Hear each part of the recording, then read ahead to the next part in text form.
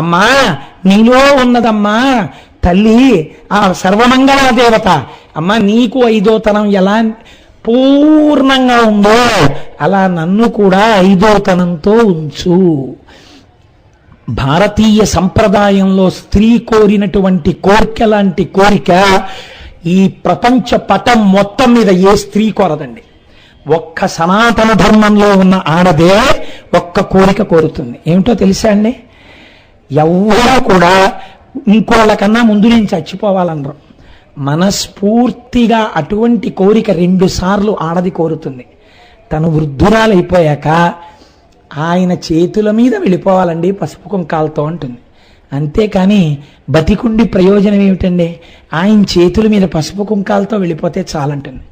రెండోది చూడండి, తన బిడ్డడికి అనారోగ్యం వస్తే నాన్న నా ఆయుర్దాయం కూడా నువ్వే పోసేసుకుని బతుకు నాన్న అంటుంది. తల్లిగా బిడ్డడికి భర్త చేతుల్లో పసుపు కుంకాలతో వెళ్ళిపోవాలని కోరగలిగిన విశాల హృదయం ఉన్నటువంటి స్త్రీ ఈ గడ్డ మీద పుట్టింది. అలాంటి ఆడది ఏ పురుషుడి కారణంగానైనా కంటి వెంట నీటి చుక్క రాలిస్తే వంశాలకి వంశాలు ఎగిరిపోతాయి. అలా రాల్చడానికి వీల్లేదు. ఆ జాగ్రత్త వహించవలసిన వాడు పురుషుడు మాత్రమే. నన్ను క్షమించండి. అది సనాతన ధర్మమునందు ఇంత వైభవాన్ని తీసుకొచ్చినది తన నడువడితో స్త్రీయే. అందుకే అమ్మవారు కూడా ఆదర్శంగా చూపిస్తోంది. మంగళసూత్రము నెంతమది నమ్మినదో, ఆ మంగళసూత్రాన్ని ఎంత నమ్మిందో తల్లి. నా మెడలో మంగళసూత్రం ఉండగా నా భర్తకి ఆపద కలుగుతుందా? హాలాహలం పుచ్చుకుంటే మాత్రం ఆయనకి ఇబ్బంది వస్తుందా? రాదు. పుచ్చుకోమంది. ప్రజల కోసం. ఎవరి కోసం? పిల్లల కోసం. ఈ పిల్లలు బాగుండాలి అంటే ఒక ఆడది కూడా 2 కోరికలు ఏకకాలం జరిగింది. ఈ ఏకకాలమునందు అడగడానికి ఏమిటి ధైర్యం? ఆవిడ మెడలో మంగళసూత్రం. అందుకే మన జాతి లాంటి జాతి ఎక్కడుందండి? నుదుటున బొట్టు, మెడలో మంగళసూత్రం కనపడితే చాలు అమ్మవారిగా నమస్కారం చేసేస్తాం. సువాసిని సువాసిన్యర్చన ప్రీత గృహలక్ష్మి గృహే గృహే. ఇంకొక లక్ష్మీ స్వరూప అక్కర్లేదు. లక్ష్మీదేవిని చూడాలంటే అంతమందిని చూస్తూ వెళ్ళిపోతే చాలు. మీరు నన్ను క్షమించండి, నేను నిడదవోలు షటిల్ చేసినటువంటి రోజుల్లో ప్లాట్ఫారం మీద నడుస్తున్నప్పుడు పొద్దున్న పూజ హడావిడిగా చేసుకుని వెళ్ళవలసి వచ్చేది. సోమాంగల్యం ఉన్నటువంటి స్త్రీలు వెళ్ళిపోతుంటే పోన్లే నేను పూజ తీరుబడిగా చేసుకోలేకపోయానని ఇన్ని రూపాలతో అమ్మవారు నాకు దర్శనమిస్తోందనుకుని మనసులో నమస్కరించుకుంటూ రైలు ఎక్కేవాడిని. కనుక మీకు తొందరగా అమ్మవారు గృహలక్ష్మిగా అన్ని ముఖాల్లో కనపడుతూ ఉంటుంది. కనుక ఎంత నమ్మిందో తల్లి ఆ హాలాహలం పుచ్చేసుకోమందిట. తన చుట్టం సురసంఘముల్ జయ జయధ్వానంబులన్ బొబ్బిడన్ ఘనగంభైరవంబుతో శివుడు లోకద్రోహి కింగేల రమ్మంచు. ఆ ఎదురెళ్ళాడైన ఆ వెడుతున్నప్పుడు చుట్టూ ఉన్నటువంటి దేవతాగణాలన్నీ ఆయనకి జయ జయధ్వానం చేస్తున్నాయి. వీళ్ళందరికీ ధైర్యం ఏంటి? మహానుభావుడు పరమాత్మ శంకరుడు పుచ్చుకోగలడు కాబట్టి తన చుట్టూ సురసంఘముల్ జయ జయధ్వానంబులన్ బొబ్బిడన్ ఘనగంభీరవంబుతో శివుడు లోకద్రోహి హుంకేల పోవెదవు రమ్మంచు. కింగేలన్ ఆ చేతితో పట్టుకొని అంకించి దాన్ని ఇలా ముద్దగా చేసేసి ఒక చిన్న కబళం ఎలా తయారవుతుందో ఒక నేరేడు పండంత చేసుకుని నోట్లో పెట్టుకుని మింగేసి ఇలా పుచ్చేసుకోవడానికి సిద్ధపడిపోయాడు. ఇంకా కంఠం దగ్గరికి వెళ్ళింది. చిత్రం ఏమిటంటే కదలంబారవు పాప పేరు వడలన్ ఘర్మాంబుజాలంబు పుట్టదు నేత్రంబులు నెర్రబారవు నిజ జూటాచంద్రుడున్ కందడన్ వదనాంభోజము వాడదా విషమునాహ్వానించుచో డాయుచో పదిలంబై కడిచేయుచో దిగుచుచో భక్షించుచో మృంగుచో. ఈశ్వరుణ్ణి ఆశ్రయించినటువంటి వాళ్ళు ఎంత క్షేమంగా ఉంటారో చూడండి. పాము, మీరు అగ్నిహోత్రం వెలుగుతోందనుకోండి, పాము దాని దగ్గరికి రాదు, దూరంగా పారిపోతుంది. అలాంటి పాము శంకరుడికి ఒంటి నిండా ఉన్నాయి. చెవులకి పావులే, చేతులకి పావులే, వేళ్లకి పావులే, కాళ్ళకి పావులే, మెళ్ళో పావులే, అన్ని నాగాభరణుడు అని పేరైనకి. శంకరాచార్యులు వారు హాస్యం ఆడారు కూడా. అమ్మా పార్వతీదేవి శంకరుడు పక్కన కూర్చుని సరస్వతీదేవి శంకరుడి మీద స్తోత్రం చేస్తుంటే మా ఆయనే కదా అని ఎంతో సంతోషంగా ఈయన చెయ్య పట్టుకుంది ఇలాగా. ఇలా పట్టుకునేటప్పటికీ అసలే అమ్మవారి సౌకుమార్యం పార్వతీ కళ్యాణంలో ఇంద్రులని అమ్మవారి ఒంటి మీద చల్లగా తగిలిందిట. పాము అడుగు భాగం చల్లగా ఉంటుంది. ఏమిట్రా చల్లగా ఉందని చూసిందిట. అయ్యవారి చేతులకి కంకణాల్లా పెట్టుకున్న పిల్లపాము ఒకటి మెల్లిగా అమ్మవారి మీద ఎక్కుతోందిట. హరాహిభ్యో భీత అన్నారు శంకరాచార్యుల వారు. అమ్మో పాముని ఇలా అందిట అమ్మవారు. అమ్మ అప్పుడు నీ కళ్ళల్లో భయం కనపడింది అన్నారు. అమ్మవారి కళ్ళల్లో భయం కనపడిందని ఇంకొక ఉదాహరణ చెప్తే అసహ్యంగా ఉంటుంది. అమ్మవారికి భయం ఏమిటండి, శక్తి స్వరూపం. దాన్ని ఎంత అందంగా మార్చారో చూడండి శంకరాచార్యులు వారి ప్రజ్ఞ. హరాహిభ్యో భీత అని సౌందర్యలహరిలో అంటారు. అలా ఒంటి నిండా పాములకి అగ్నిహోత్రం అంటే భయం. ఈయనేమో వెళ్ళి ఆ అగ్నిహోత్రాన్ని ఇలా పట్టుకుని ఆ విషాన్ని ముద్ద చేస్తున్నాడు. చేస్తుంటే ఈ పాములు పిల్లపాము కూడా భయపడలేదు. అలా బాగా పడగెత్తి చూసిందిట. ఏమిటో పెద్ద అగ్నిహోత్రం, దీనికే పరిగెత్తారు మీ అందరూ అని. ఎందుకని అదే అంటారు చూడండి, కదలంబారవు పాప పేరు. పోతన గారికి ముందు అదే గుర్తొచ్చింది. అయ్యయ్యో అసలు ఆ పావుల వరసల్లో పిల్లపాము కూడా ఏదో అగ్నిహోత్రం అని ఇలా విధులు చేసుకుని ఏదో దీపోదామని చూడలేదట. కొంచెం బాగా తలెత్తి ఇలా చూసాయట. ఏమిటో దీనికా వీళ్ళందరూ పరిగెత్తారు. శివుణ్ణి ఆశ్రయించుద్దా పాము. సహజంగా అగ్నిహోత్రం చూసి భయపడవలసి వచ్చినా శివుణ్ణి ఆశ్రయించుండి భయం లేదు దానికి. కదలంబారవు పాప పేరు నిజ జూటా చంద్రుడున్ కందడున్. చంద్రుడు చల్లటి వాడు, అగ్నిహోత్రం తగిలితే కందిపోవాలి. అటువంటి వాడు ఇంత అగ్నిహోత్రం చేతిలో ఇలా పట్టుకుంటే సెగ తగలాలి కదండి ఆయనకి. అయ్యి బాబా ఏమన్నా వేడి వేడి వేడి అనాలి. ఆయనట కందన కూడా కందలేదుట. కాబట్టి కదలంబారవు పాప పేరు నిజ జూటా చంద్రుడున్ కందడున్ వదనాంభోజము వాడదు. ఎంత గొప్ప ఉపమానం అండి. పూని మీరు ఇలా పట్టుకుని అగ్నిహోత్రం దగ్గర పెట్టారనుకోండి, అది అసలు ఆలోచించడానికి అసహ్యంగా ఉంటుంది అనుకోండి. ఆ విషయం వెంటనే ఇలా ముకులించుకుపోయి ఆ రేకులు బత్తలైపోతాయి. అలాంటి ముఖం శంకరుడిది, పద్మం లాంటి ముఖం. ఆ హాలాహలాన్ని ఇలా నోటి దగ్గర పెట్టుకుంటుంటే కనీసం వాడలేదుట ఆ ముఖం. సముద్రాలు ఇంకిపోయాయి దాని దెబ్బకి, కానీ ఈయన ముఖం మాత్రం వాడలేదుట.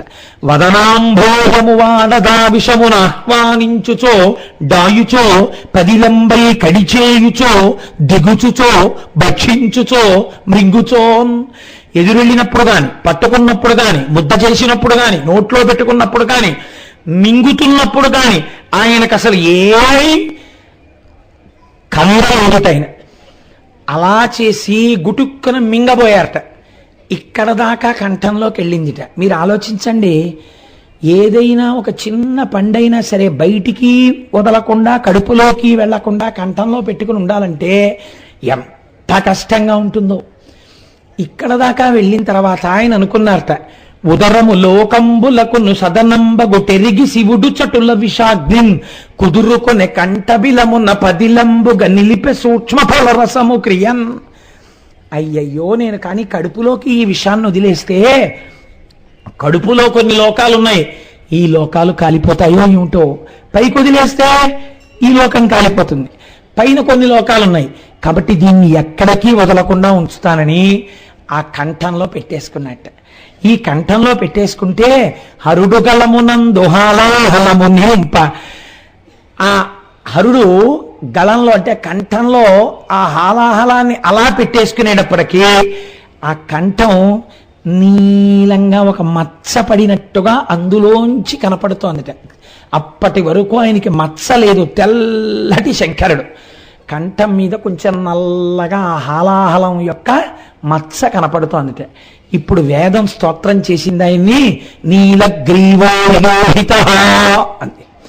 ఈశ్వర కంఠమునందు మత్సలేని వాడివి మా కోసమని హరుడు గలమునందు హాలాహలము పెట్ట తడను కలిపి తొడపు కరను నెప్పి సాధురక్షణంబు సజ్జనులకు నిన్న అని పోతన గారు అంటారు. సాధురక్షణంబు సజ్జనులకు నిన్న భూషణంబు కాది భూవరేంద్ర. సాధువుల్ని రక్షించడం భూషణం పెద్దలకి. కాబట్టి ఇప్పుడు ఈశ్వరుడు లోకాల్ని రక్షించడానికి కంఠంలో హాలాహలం పెట్టుకోవడం ఆయనకి ఆభరణమై కూర్చుంది. ఇప్పుడు ఆ కంఠంలో అలా పెట్టుకోవడం వల్ల ఏమైందిట, వేదం యజుర్వేదం రుద్రాధ్యాయంలో ఆయన్ని స్తోత్రం చేసింది. అసంయో వసర్పతి నీలగ్రీవో విలోహిత ఉతైనం గోపా అదృశన్న దృశన్ను దహార్య ఉతైనం విశ్వాని భూతాని సదృష్టో మృడయాతినః అంది. సూర్యోదయంలోనూ సూర్యాస్తమయంలోనూ ఆకాశం ఎర్రగా ఉంటుంది. ఆ ఎర్రగా ఉన్నటువంటి ఆకాశంలో నల్లగా కనపడేటటువంటి ఆ మిగిలిన భాగం శంకరుడి యొక్క ఆ నీలగ్రీవుడై ఆ ఎర్రటి ఆ లోహిత రుద్రుడి యొక్క కంఠమునందు ఉన్నటువంటి నల్లటి మచ్చగా ఇప్పటికీ సూర్యాస్తమయములందు ఎవరికి కనపడుతున్నట్ట? ధ్యానం చేయగలిగినటువంటి శక్తి కలిగిన వాళ్ళకి కాదు. ఉతయోపా ఏమీ తెలియకుండా పశువుల్ని కాసుకునేటటువంటి వాళ్ళ దగ్గర నుంచి నీటి కడవలు తలల మీద పెట్టుకుని వెళ్ళిపోయేటటువంటి అమాయకులైన స్త్రీల వరకు ఆకాశం వంక ఇలా చూడగానే ఆ ఎర్రటి ఆకాశంలో సూర్యోదయంలోనూ సూర్యాస్తమయంలోనూ కనపడేటటువంటి ఆకాశ స్వరూపుడై పరమశివుడు ఉన్నాడు. అటువంటి స్వరూపానికి నమస్కరిస్తే హాలాహలభక్షణం చేసి మీరు బెంగ పెట్టుకోకండి, నీ కొరకు నేనున్నాను అని మనకి తండ్రి అయి ఆనాడు కంఠంలో ఆ హాలాహలాన్ని పెట్టుకున్న శంకరుడి యొక్క కారుణ్యము మనకి ద్యోతకమై మనం ఎంతో సంతోషపడిపోతాం. అయితే చిత్రం ఏమిటో తెలుసా అండి? ఇది చెప్పినప్పుడల్లా నేను ఒక్క విషయాన్ని చెప్పకుండా ఉండలేను. శంకరాచార్యుల వారి యొక్క గడుసుతనం అంటే గడుసుతనమే. ఆయన ఎంత అందమైన శ్లోకం ఇచ్చారంటే సౌందర్యలహరిలో, సుధామప్యాస్వాద్య ప్రతిభయ జరా మృత్యుహరిణీం విపద్యంతే విశ్వే విదిశతమఖముఖాప్యాది విశద కరాళం యక్ష్వేణం కబలతవత కాలకలన నశంభోస్తన్మూలం తవ జనని తాటంక మహిమా అన్నారు. ఇంత పరమ పవిత్రమైన రోజున ఆ శ్లోకాన్ని కూడా ఒక్కసారి జ్ఞాపకం చేసుకోవడం మనకి శ్రేయోదాయకం. అమ్మా, లోకంలో తెలియని వాళ్ళందరూ అంటారు శంకరుడు హాలాహలం పుచ్చేసుకున్నాడు, ఇదంతా శంకరుడి ప్రజ్ఞ, చాలా గొప్పవాడి శివుడని చెప్తుంటారమ్మా. వాళ్ళకి తెలియదు పాపం. మరణం రాకూడదనుకుని బ్రహ్మగారితో సహా దేవతలందరూ కలిసి పెద్ద క్షీరసాగర మథనం చేశారు. అందులో అమృతం రాలేదు, హాలాహలం పుట్టింది. వీళ్ళందరూ పరిగెత్తారు. ఒక్క శంకరుడు మాత్రం హాలాహలాన్ని పుచ్చేసుకున్నాడు. కడుపులోకి వెళ్ళిందా? వెళ్ళలేదు, కంఠంలో పెట్టుకున్నాడు. అయినా అమ్మా, శంకరుడికి ఆపద ఎందుకు కలగలేదో తెలుసా? శంకరుడి గొప్ప కాదమ్మా, తవ జనే తాటంక మహిమా. ఆడదానికి 5 తప్పకుండా ఉండాలి. ఈ 5 ఉంటే సువాసిని అని పిలుస్తారు. 1 మంగళసూత్రం, 2 నల్ల పూసలు. మంగళసూత్రం దగ్గరైనా వేసుకుంటారనుకోండి, బయటికి ప్రకటంగా ఉండకపోయినా. చేత మంగళసూత్రము, నల్ల పూసలు, నొసటన బొట్టు, కాళ్ళకి మట్టెలు, 5వది శిగలో పుష్పములు. ఈ 5 సువాసిని చిహ్నములు. ఈ 5 పుష్పములు ఎంత గొప్పగా చెప్పబడతాయో మంగళసూత్రంతో సమాన స్థాయిలో తాటంకములు కూడా చెప్పబడతాయి.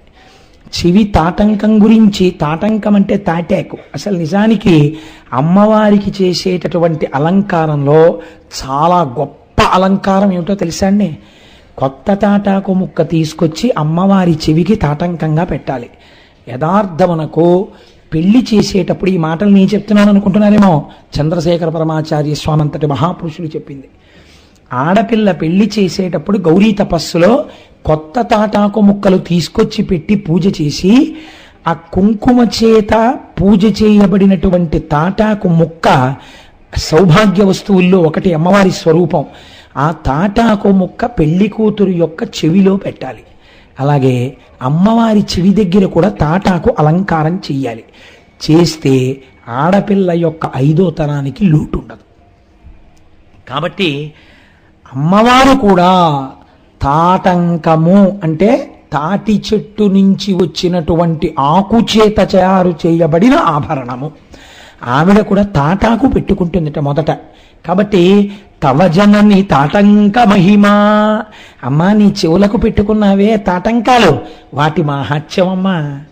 మంగళసూత్రంతో సమాన స్థాయిలో మాట్లాడుతున్నారన్నమాట అండి. ఇప్పుడు ఆ 5 చిహ్నాల్లో దీన్ని ఒకటిగా మీరు తీసుకోవచ్చు. అప్పుడు ఈ చెవులకు పెట్టుకున్నటువంటి తాటంకములున్నాయే, ఇవి భర్త యొక్క ఆయుర్దాయానికి రక్షణ హేతువులవుతాయి, తన సువాసినిత్వానికి హేతువులవుతాయి. అందుకే ఒక నియమం ఉంది. నేను మీకు పరమ యథార్థం చెప్తున్నాను. అబద్ధం చెప్పవలసిన అవసరం ఇంత పరమ పవిత్రమైన వేదిక మించి నాకు లేదు. మీరు చూడండి, ఎట్టి పరిస్థితులలో కూడా సువాసిని భర్త ఇంట్లో ఉండగా చెవులకున్న తాటంకములను తీసేసి తాటంకములు లేనటువంటి ఆభరణరహితమైన చెవులతో భర్తకి కనపడరాదు. ఎట్టి పరిస్థితులలో కనపడకూడదు. అలాగా అది చాలా దోషభూయిష్టమైనటువంటి విషయం. ఎప్పుడైనా తప్పక చెవులకున్నటువంటి ఆభరణాల్ని తీయవలసి వస్తే పసుపు తాడు కట్టుకుని మంగళసూత్రం పెరిగేటని మాత్రమే మాట మాట్లాడి ఎలా ఇస్తారో అలా కొత్త తాటాకు తెచ్చుకుని చెవిలో పెట్టుకుని అప్పుడు తాటంకం తీయాలి. చెవి ఆభరణం తీసి కడుక్కోవడం కానీ ఏదైనా చేయవలసి వస్తే చేసి మళ్ళీ తాటంకం పెట్టుకోవాలి తప్ప చెవి ఆభరణము తీసి భర్తకి కనపడితే దాని వలన లేనిపోని ఇబ్బందులు వస్తాయి. అలా ఎప్పుడూ కనపడరాదు. సనాతన ధర్మమునందు పుట్టి సనాతన ధర్మం పట్ల చాలా ప్రేమ కలిగి భక్తి కలిగినటువంటి తల్లులు మీరు నేను పాటిస్తే రేపు మీ పిల్లలకు అలవాటు అవుతుంది. కాబట్టి చక్కగా మీరు ఆ అలవాటు చేసుకోండి. శంకర భగవత్పాదులంతటి వారు ఈ విషయంలో తవ జనని తాటంక మహిమ, అమ్మా నీ తాటంక మాహాత్యం అమ్మా, శంకరుడు హాలాహలాన్ని ముచ్చుకున్నా కూడా హాయిగా ఉండగలిగాడమ్మా అన్నారు. అయితే పోతన గారు అన్నారు, భాగవతంలో కాదండి, వీరభద్ర విజయం రచన చేసినప్పుడు ఈ హాలాహల భక్షణం గురించి ఒక రోజున పార్వతీదేవికి పరమేశ్వరుడు మళ్ళీ చెప్పవలసి వచ్చింది. ఒక సందర్భంలో ఆ సందర్భంలో ఆయన మళ్ళీ చెప్పాడు.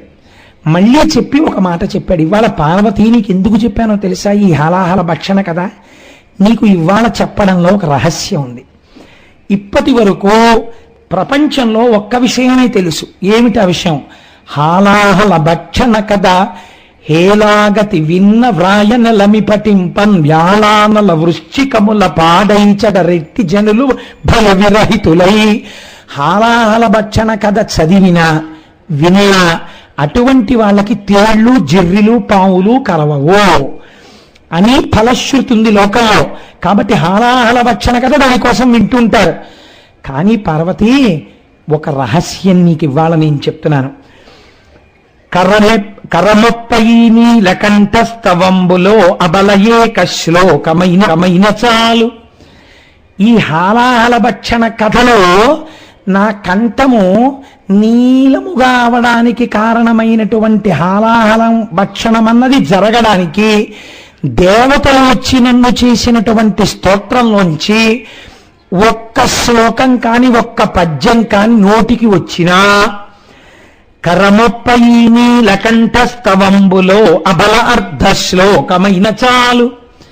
ఒకవేళ ఒక శ్లోకం అంతా మేము నేర్చుకోలేమండి, ఒక పద్యం అంతా మాకు రాదంటే కనీసంలో కనీసం ఈ హాలాహల భక్షణ సమయమునందు దేవతలు చేసిన స్తోత్రంలో ఉన్న పద్యాలలోంచి ఒక 2 పాదాలు నేర్చుకున్నా కరమొప్పై నీలకంఠస్తవంబులో అబల ఏక పాదమైన చాలు. 2 పాదాలు కూడా నేను చదవలేనండి అంటే పార్వతి, దేవతలు నన్ను చేసిన స్తోత్రంలో పద్యాల్లో ఏదో ఒక్క పాదం నోటికొచ్చినా చాలు. కరమొప్పై నీలకంఠస్తవంబులో అబలకించిన్మాత్రమైన చాలు.